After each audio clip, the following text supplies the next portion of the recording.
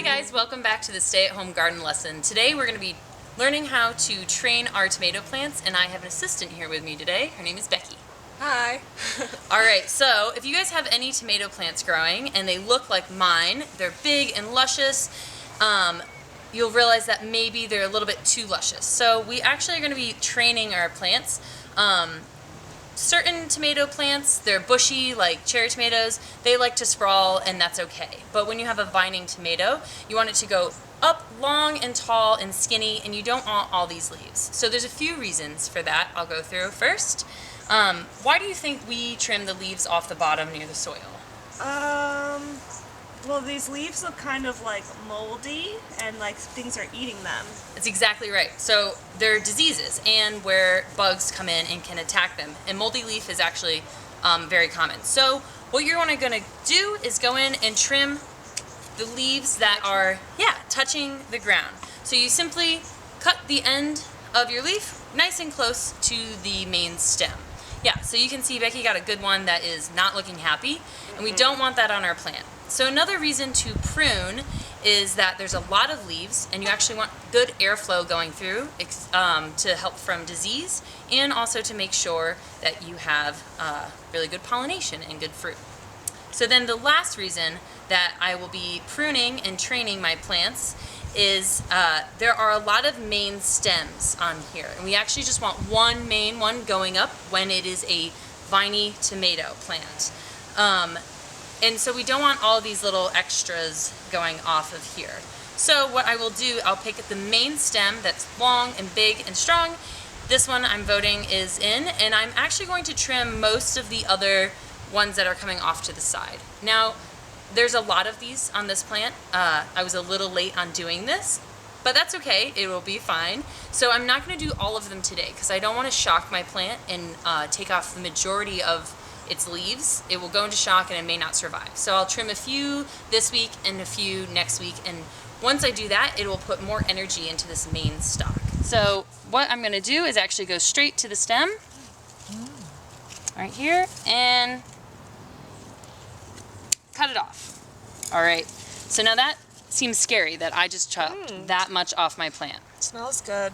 Yeah, so you'll notice the flavor, it's actually the resin and pollen on the plant itself. So it's actually gonna make your hands a little itchy. It will turn them a little bit yellow, black, and it might stain your hands for a day or two if you're working in tomatoes a lot. But that's usually just when I'm in a greenhouse, so don't worry about it, guys. Wash your hands if they're itchy, it's perfectly okay. And if tomatoes really bother you, you can wear gloves and just long sleeves so it doesn't scratch you too much. Now, some of you, like myself, 1 second, I'm gonna lose track, will see that there's some fruit and flowers going on, and I get really sad when I cut those off. But the important thing is to realize when you trim all the excess out, you will get a main stem that will produce your biggest, healthiest, happiest looking tomatoes. You may lose some tomatoes in the go, but they'll be smaller and they won't be as juicy and as big.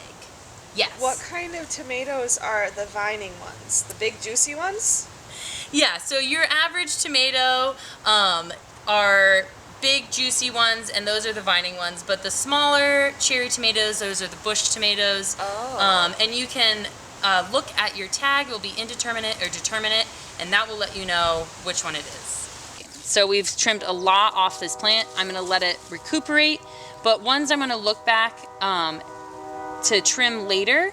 You wanna look at where your stem and leaf kind of connect, right here. And if this was branching and creating a lot of foliage, I would wanna cut that. But right now, just because it's a leaf, it's perfectly fine. But if you look on the other side of this one here. This comes out and there are leaves on the top and a whole stem. So that one's gonna wanna try to compete. So we'll trim that another day.